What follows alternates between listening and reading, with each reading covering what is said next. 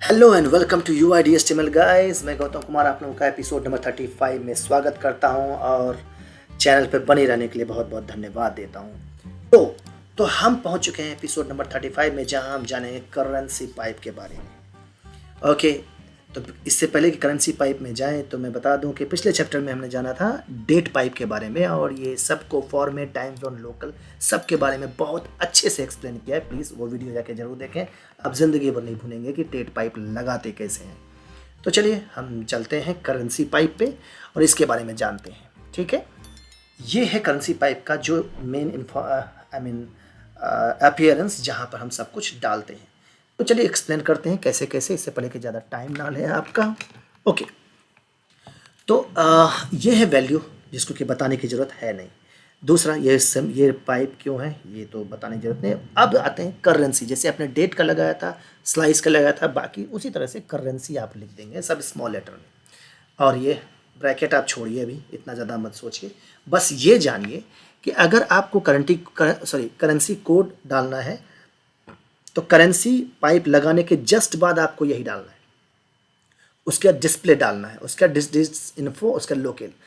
आप कभी भी कोई भी वैल्यू स्किप नहीं कर सकते। अगर आपको लोकल डालना है तो आपको करेंसी कोड भी डालना पड़ेगा, डिस्प्ले डालना पड़ेगा, डिजिट्स इन्फो भी डालना पड़ेगा। तो वो चीज़ आपको इसमें रिप्रेजेंट करना पड़ेगा, अदरवाइज ब्लैंक छोड़ना पड़ेगा। जो स्ट्रिंग है तो स्ट्रिंग में जाएगा, तो स्ट्रिंग एक ब्लैंक छोड़ दीजिए उस जगह पे, फिर कॉलन डाल करके डिस्प्ले के लिए स्ट्रिंग छोड़ दीजिए, फिर इस तरह से ऐसा चीज़ है। राइट, ओके, वो हम देखेंगे भी कि कैसे उसका एरर कैसे आता है। तो सबसे पहले अगर करेंसी कोड की बारे में बात करें तो ये करेंसी कोड ये बताता है कि आप किस करेंसी को किस कंट्री के हिसाब से शो करना चाहते हैं। जैसे यूएस डॉलर है तो आप डॉलर दिखाना है तो यूएसडी आप वहाँ पे डालेंगे, तो यूएस डॉलर। ऑस्ट्रेलियन डॉलर है तो एयूडी डालेंगे, ऑस्ट्रेलियन डॉलर, सीएडी। इस तरह से इंडिया का है तो आईएनआर। ठीक है, इस तरीके से आप दिखाएंगे कि आपको पैसा किस फॉर्मेट में चाहिए। ओके, यहाँ तक तो कोई दिक्कत नहीं है। नेक्स्ट उसके बाद आता है डिस्प्ले। डिस्प्ले मतलब हो गया कि अगर आप किसी कंट्री के बारे में के हिसाब से कोई पैसा दिखाना चाहते हैं तो उस जगह पर क्या आप उसके पूरा करेंसी के बारे में इंफॉर्मेशन देना चाहते हैं या उसका सिर्फ सिंबल रिप्रेजेंट करना चाहते हैं। जैसे कि इंडिया का क्या है हमारा, वो रुपी का सिंबल है ना, वो चीज़ वो आप शो कर सकते हैं। पहले तो ऐसा था नहीं, पहले तो आरएस लिखा जाता था। राइट, अब आईएनआर भी दिख सकते हैं और रुपीस का सिंबल भी डाल सकते हैं।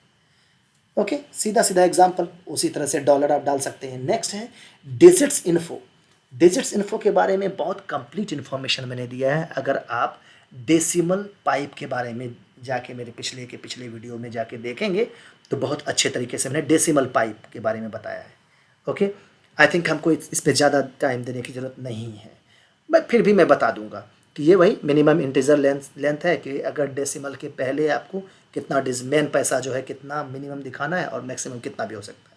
डेसिमल के बाद में आपको मिनिमम कितना फ्रैक्शन का डिजिट दिखाना है और मैक्सिमम कितना तक जा सकता है। तो अगर मान लें कि 4 डिजिट का डेसिमल के बाद है तो मिनिमम आप 2 दिखाना चाहते हैं, आप 2 दे दीजिए, फिर हाइफन, उसके बाद आपने 4, अगर 3 दिखाने तो 3 देंगे, तो लास्ट वाला स्किप कर जाएगा। ओके, एंड अदरवाइज ये बाय डिफ़ॉल्ट अनडिफाइंड होता है। जैसा कि बोला ना कि आप स्किप कर सकते हैं बीच में, लोकल तक पहुँचने के लिए, तो आप अनडिफाइंड लिख दीजिए उस जगह पर।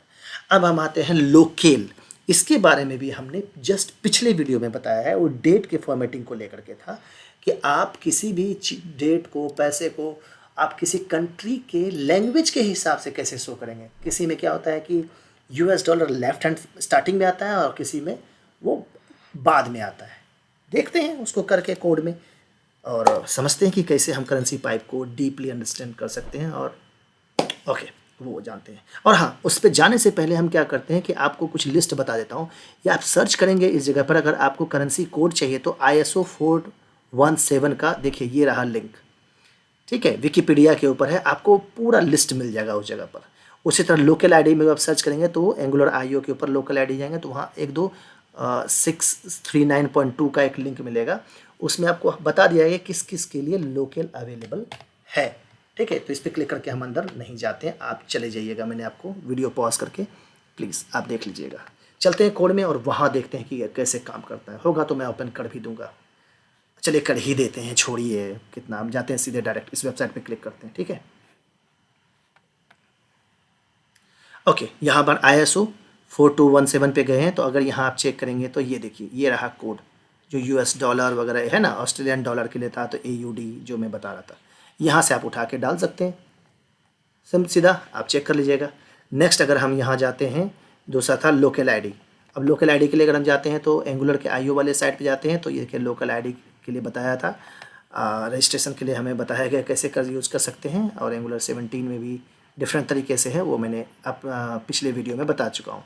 तो ये है I18 के लिए, जहाँ गाइडेंस में जाएंगे और इसके अंदर जाएंगे तो आप नीचे थोड़ा सा जाएंगे तो ये देखिए आपको 632 का पड़ जाएगा। अब यहाँ जाएंगे तो आपके पास इस वेबसाइट पे आएंगे और यहाँ पर लिस्ट देगा ISO 639 कोड टू लिस्ट। अब इसके कोड में अगर जाएंगे नीचे और इसके कोड टू ISO कोड पे जाएंगे तो ये देखिए आपका कोड मिल जाएगा यहाँ पर, ठीक है। वो आपका इंग्लिश के लिए EN दिया हुआ है, ये सब देखिए दिया हुआ है, ठीक है।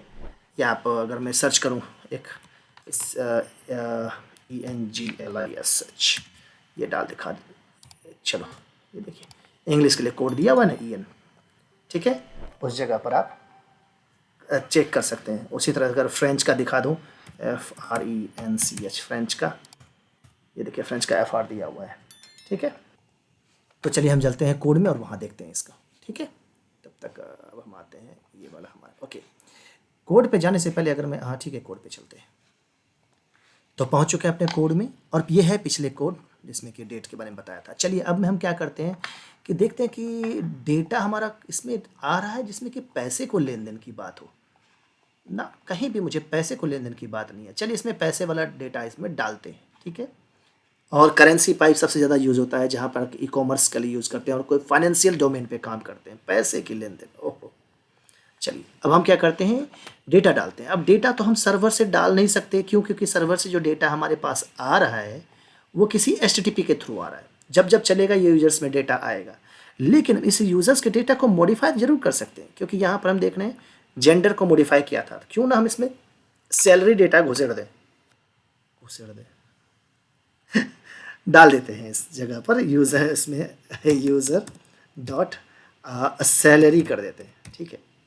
और इसके सैलरी में हम डालते हैं कि वो 10,000 बहुत कम पैसा है, बहुत कमा रहे हैं सब बंदे 30,000 डालते हैं, 30,000 प्लस इसमें डालते हैं मैथ डॉट रैंडम।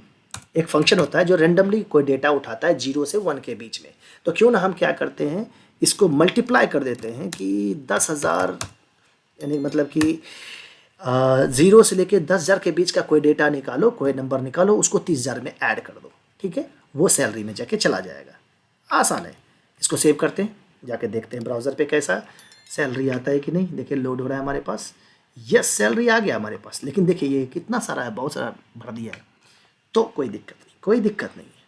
हम इसको क्या करते हैं, अब करेंसी में फॉर्मेट करते हैं की कोशिश करते हैं। तो करेंसी में अगर मैं जाऊँगा तो बस सबसे पहले, अरे करेंसी में जाने से पहले तो सैलरी तो दिखा दो पेज पर, वो तो डेटा में आ रहा है। डॉट सैलरी डाल देता हूँ इस जगह पे, डिपार्टमेंट के बाद। और इसके अंदर में हम क्या करते हैं, यहाँ पर हम डालते हैं एम्प्लॉय डेटा, एम्प्लॉय डेटा नहीं, एम्प्लॉय डॉट सैलरी, ये डाल दिया एम्प्लॉय डॉट सैलरी। और अगर मैंने डेटा दिया है तो उसका हेडर भी तो बनेगा ना, डिपार्टमेंट के बाद हम सैलरी डालते हैं, यहाँ भी सैलरी, सैलरी नहीं सैलरी, ये डाल दिया SALAR, ठीक है। सेव करते हैं तो ये मेरा टेबल में हेडर और उसका डेटा आ जाएगा। आजा भाई, ओह आ गया, गुड। ये देखिए सैलरी आ गया हमारे पास। ये चलिए इसमें हम करेंसी का पाइप लगाते हैं, सिंपल एक करेंसी। इससे पहले करेंसी पाइप, इसको कमेंट आउट कर देते हैं, बार बार डेटा आ रहा है। ओके, तो अब हम क्या करते हैं कि सिंपल यहाँ जाके वही पाइप डालते हैं और निकलते हैं CURRENC, सब स्मॉल लेटर में। जैसे डालेंगे डिफ़ॉल्ट US डॉलर है, ये डॉलर बनकर आ जाएगा और 2 डिजिट के साथ। आजा भाई आजा, लेट मत कर, आजा आजा। हाँ देखिए आ गया ना, ये देखिए पहुँच गया, है ना, आसान लगाना।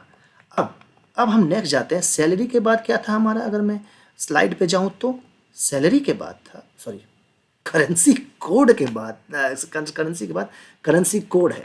चलिए तो बाय डिफ़ॉल्ट जो अगर हम जाएं यहाँ पर, यहाँ डालते हैं कि आपको किस फॉर्मेट में डेटा चाहिए। तो हम मान लेते हैं कि US का है, USD डॉलर, ठीक है, जो कि अभी मैंने दिखाया था आपको ISO में। यहाँ पर यहाँ से यूएस डॉलर आप निकाल सकते हैं, ठीक है। अगर इसको लोड करेंगे, लोड हो चुका है, देखिए सेम, कोई डिफरेंस नहीं है। लेकिन यहीं पर अगर हम INR डाल दें तो इंडियन रुपीज़ में, ये देखिए क्या देता है इस जगह पर। बाय डिफ़ॉल्ट सिंबल है तो रुपी का सिंबल आ गया, बाय डिफ़ॉल्ट सिंबल है। ओके, तो इस तरह से आप चेंज कर सकते हैं अपने मर्जी से, अपनी कंट्री के हिसाब से।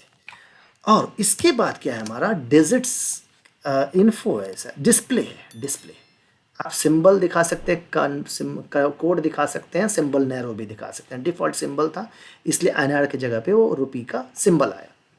तो यहाँ पर सिंपल वो स्ट्रिंग है तो आप इसमें डालिए कोड। अगर कोड डालेंगे तो यहाँ का रुपी का हट के यहाँ पे INR आ जाएगा। देखिए लोड हो रहा है, आ गया INR, है ना मज़ेदार इस जगह पर। ओके, नेक्स्ट हमारा आता है इस जगह पर सिंबल, जो कि आपका डिफ़ॉल्ट है, राइट। डिफ़ॉल्ट आप डालेंगे तो वही रुपी का सिंबल आ जाएगा। अब इसमें आता है सिंबल नैरो। सिंबल नैरो क्या करता है कि किसी किसी कंट्री में क्या होता है कि आपका ये सिंबल नहीं बन, जैसे कि इंडिया का पहले सिंबल नहीं था, राइट। तो उस केस में रुपीज़ RS वाला सिस्टम चल रहा था, लेकिन बाद में इंडिया में रुपी के सिंबल को डाला गया था, राइट। तो बहुत सारे कंट्रीज़ हैं, अगर वो सिंबल नैरो नहीं आया तो उसका कोई ना कोई आपका वो सिंबल ना हो करके वो कंप्लीट सिंबल आता है। जैसे ऑस्ट्रेलियन डॉलर का अगर मैं कोड में डाल दूँ तो कोड उस जगह पर कोड वाला आ जाता है, सिंबल कोड वाला रिप्रेजेंट हो जाता है, ठीक है। जैसे कि अगर मैं एक बात बताऊँ तो दिखाई देता हूँ, AUD डालता हूँ, ऑस्ट्रेलियन डॉलर, ठीक है, और इसको मैं करता हूँ सिंबल, तो देखिए $A आ जाएगा यहाँ पर, ठीक है। देखिए यहाँ $A है, ऑस्ट्रेलियन डॉलर है तो $A आ जाएगा, है ना। लेकिन इसी को सिंबल नैरो कर दिया हमने। अगर इसको सिंबल नैरो कर दूंगा तो वो A हट जाएगा, क्योंकि वो डॉलर है, सिर्फ सिंबल छोड़ के बाकी हट जाएगा। हो गया ना उस तरह से। बस यही बताना था हमको, किसी किसी कंट्री में नहीं होता है तो वो पूरा का पूरा दिखा देगा। हाँ, अब इसके बाद तो आपका अगला क्या है, डिस्प्ले हो गया डिजिट्स इन्फो। बस बस बस, डिजिट्स इन्फो का क्या सीन है, वही नंबर वाला सिस्टम है। कहने का मतलब ये है कि अगर आपका डेटा यहाँ पर इसके पीछे, यहाँ तो अब देखिए यहाँ पे इसके पीछे, डॉट के पीछे अगर कितना डिजिट मिनिमम दिखाना चाहते हैं, तो मिनिमम मान के चलता हूँ मैं 2 डिजिट दिखाना चाहता हूँ, 2 डिजिट तो होना ही चाहिए, ठीक है। ठीक है, 2 डिजिट तो छोड़िए, अभी हमने 30,000 दिया था ना, तो 30,000 में कितने आते हैं, तो 4 1 5 हो जाता है उस जगह पर, राइट। 3 2 5 5 आ जाता है, तो मैं मान के चलता हूँ 5 डिजिट तो मिनिमम होने चाहिए। उसके बाद कॉलन डाला। उसके बाद क्या चाहिए कि मिनिमम डेसिमल के बाद कितना दिखाना चाहते हैं, तो हम मान के चलते हैं डेसिमल से मिनिमम तो हमको 2 दिखाओ ही दिखाओ, बाकी अब 5 दिखा दो, बाकी आगे 5, 2 मिनिमम दिखाओ, बाकी मैक्सिमम 5। देखिए क्या होता है इस जगह पर, ये 5 डेटा यहाँ दिखेगा, 2 तो दिखाएगा 5 डेटा तक भी दिखाएगा। इसमें क्या दिया, error is not a valid digit info. Okay, देखते हैं क्या है प्रॉब्लम भैया। मिनिमम फ्रैक्शन डिजिट और मैक्सिमम फ्रैक्शन डिजिट सही तो है, कोई प्रॉब्लम नहीं होना चाहिए। अगर 5 नहीं तो सही तो है। हाँ देखिए, हमने गलती किया है, यहाँ डॉट के बाद है तो हमने गलती से यहाँ पे फुल कॉलन डाल दिया, इसको डॉट होना चाहिए, राइट, यहाँ पे डॉट होना चाहिए। तो सेव करते हैं इसको, यहाँ लेके आते हैं, देखिए डेटा, ये एरर ख़त्म हो जाएगा। देखिए हो गया ना।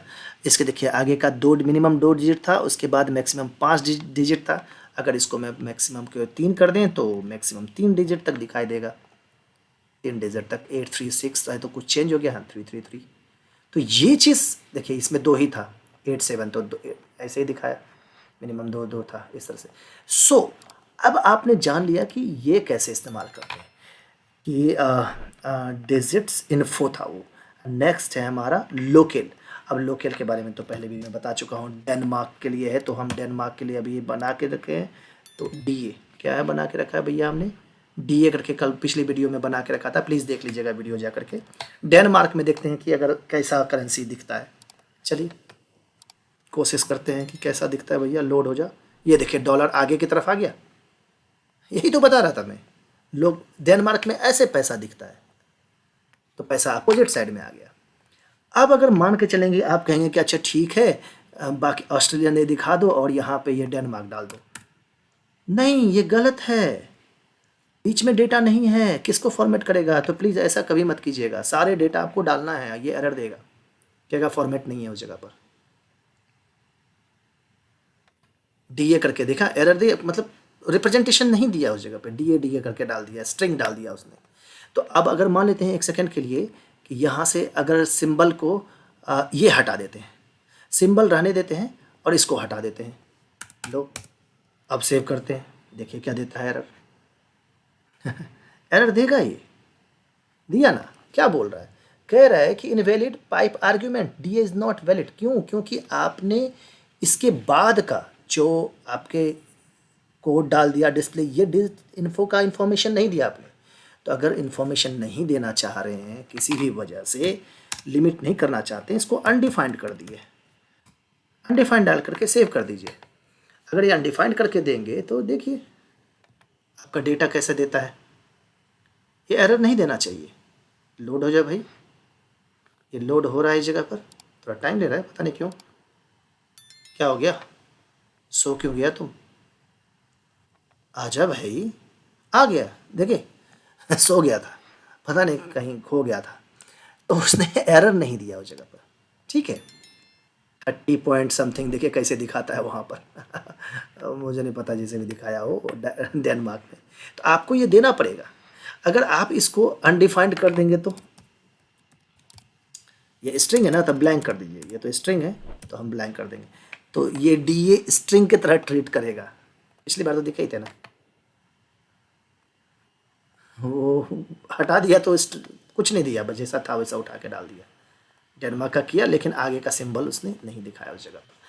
तो अगर मैं इस जगह पर कोड डाल दूँ तो, अब कोड वगैरह तो हटा ही दिए थे। ठीक है, अगर मैं कोड डाल दूँ तो क्या देता है? देखिए ये तो एक्सपेरिमेंट की बात है, लेकिन मैं ये कह रहा हूँ, बताना चाह रहा हूँ कि आपको इन्फॉर्मेशन देंगे तो काम करता रहेगा। जो जो इन्फॉर्मेशन देंगे उसके हिसाब से वो चलता रहेगा। अगर कोड दिया तो कोड डेनमार्क की तरफ से पीछे या आगे जो भी लगता है वैसे लगा देगा। ऑस्ट्रेलियन डॉलर था तो डॉलर के हिसाब से चल रहा था, तो ये देखिए एयूडी के हिसाब से किया था। हाँ, ऑस्ट्रेलियन डॉलर को कोड में रिप्रेजेंट किया और उसको हमने I mean minimum digits info में नहीं डाला था, तो उसने कोई ऐसा लिमिट्स नहीं लगाया और डेनमार्क में जैसा दिखता है ऑस्ट्रेलियन डॉलर को उस तरह से उसने दिखा दिया। तो होप आपको कंप्लीट इन्फॉर्मेशन मिल गया करेंसी को लेकर के, एक एक चीज़। ये आप अभी कभी भूलेंगे नहीं, राइट? एक एक चीज़ आपको समझ में आ गया कि पहले करेंसी का पाइप, फिर उसके बाद आपको करेंसी का किस देश का करेंसी है वो, फिर उसके बाद करेंसी का जो है वहाँ पर कैसे रुपया को दिखा, मतलब आई मीन उसके करेंसी को कैसे दिखाते हैं, कोड में दिखाते हैं या सिंबल दिखाते हैं। एक नया सिंबल नैरो है वो, फिर उसके बाद कितने डिजिट्स तक दिखाना है, लेफ़्ट एंड डॉट्स के डॉट के लेफ़्ट एंड राइट की बात है। अब फिर उसके बाद उस करेंसी को किसी और देश में किस तरह से देखा जाता है, तो उसके लोकल में। थैंक यू सो मच इतना आपका टाइम देने के लिए, और इस तरह से आप कभी भूलेंगे नहीं। होप आपको मज़ा आ रहा होगा। अगर नहीं भी आ रहा है तो प्लीज़ कमेंट करके ज़रूर बताओ कि मुझे क्या इम्प्रूव करना चाहिए, ताकि मैं और आपके लिए और डीपली नॉलेज लेकर के आपके सामने में आता रहूँगा। तो प्लीज़ चैनल को लाइक और सब्सक्राइब कर लीजिए, बेल आइकन भी प्रेस कर दीजिए, ताकि आपको अच्छे वीडियो मिलेंगे। अभी तो मैं सीरीज़ शुरू कर रहा हूँ सब कुछ, ठीक है, नया हूँ, लेकिन कोई दिक्कत नहीं, आपका सपोर्ट चाहिए। तो मिलते हैं नेक्स्ट वीडियो में और देखते हैं नेक्स्ट पाइप के बारे में। तो बने रहिए मेरे चैनल के साथ। Bye bye.